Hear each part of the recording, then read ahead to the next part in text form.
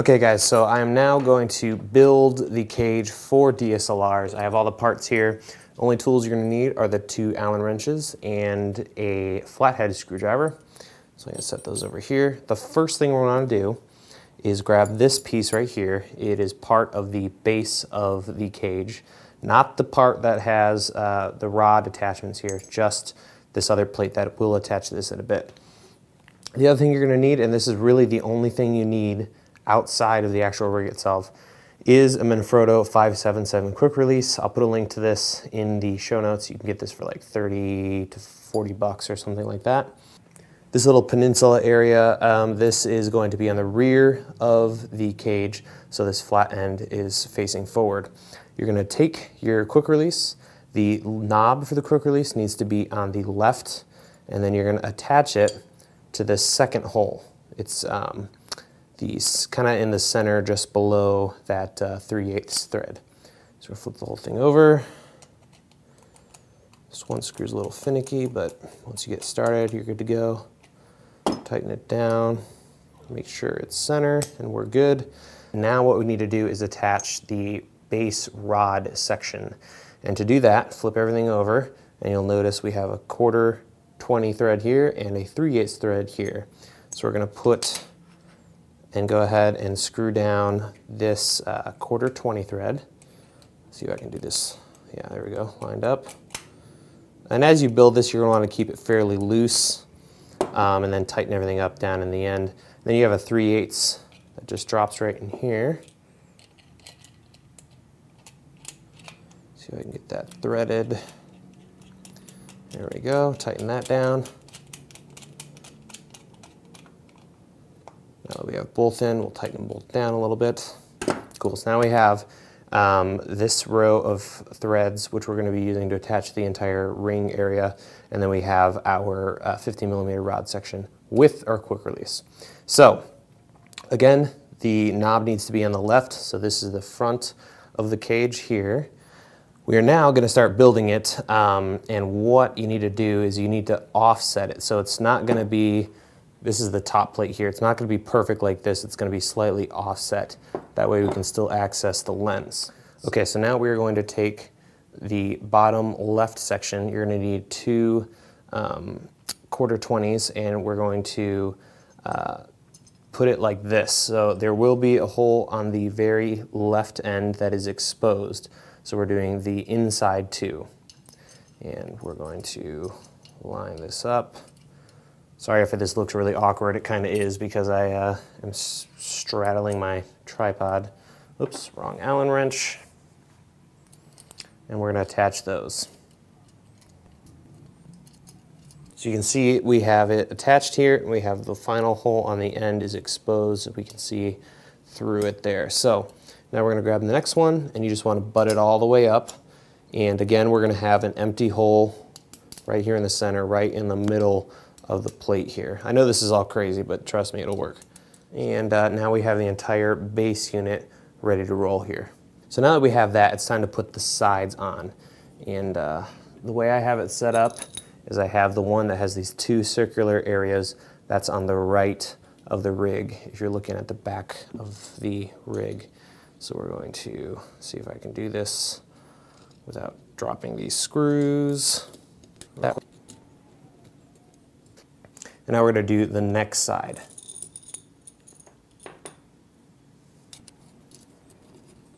Cool, so now we have both sides done. The little rounded sections should be facing forward. And we have our plate all ready to rock and roll. So now we'll just finish up the top and then add the top plate. Side 1 is done. Okay, so now we have the ring section pretty much complete here, and the last thing we're going to do to complete that is grab this last plate. This is the top plate. We're going to flip it so that the F and V, you can read it by looking at the front. And one last note is you're going to want to make sure that you're going to be able to attach this to the front. So make sure you have these top bars set correctly. And you'll know, because it'll be impossible if you have it wrong to set this up. So normally you'd think you'd want to center it just like that, where it's right in the middle of the rig, but that makes it kind of difficult to line these holes up and to access your lens. So I actually offset it just a little bit like that. So if you flip the whole thing face down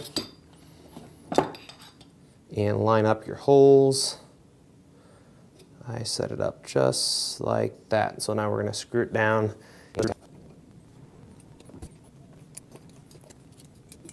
All right, so now we have it attached. This is what it looks like. And obviously we have that funky offset. So we have the base is in the back and the top plate is facing forward. And here's the pattern for these top screws. You're going to skip the first hole, 2 screws, skip the first hole on this arm, 2 screws. So that's all 4 screws. And now we're going to do, last but not least, the top handle setup.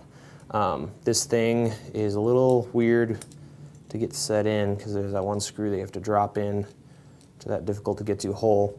But we have the 3 screws, and you want it set up so that this little quick release knob is facing back. You could probably do it either way, but that's the way I have it set up on mine. And you can set it anywhere, but what I would recommend you try to do is try to get it lined up, because this holds rods, this top unit here. So you want to get it lined up so that the rods on top are aligned with the rods on the bottom. So let's go ahead and put that on. Cool, so now we have the top section, and the last thing we're going to do is take the handle, make sure the knob is nice and loose, and we're going to slide it on the rail here, pull that quick release, drops the handle in, tighten the handle down, and boom, we have our cage all ready to rock and roll. So now I'm going to stop the camera and throw the 6D in. Okay, so here is the finished product. I'll go ahead and take the camera out just to show you. You can easily remove the camera, and I'll stick it back in there.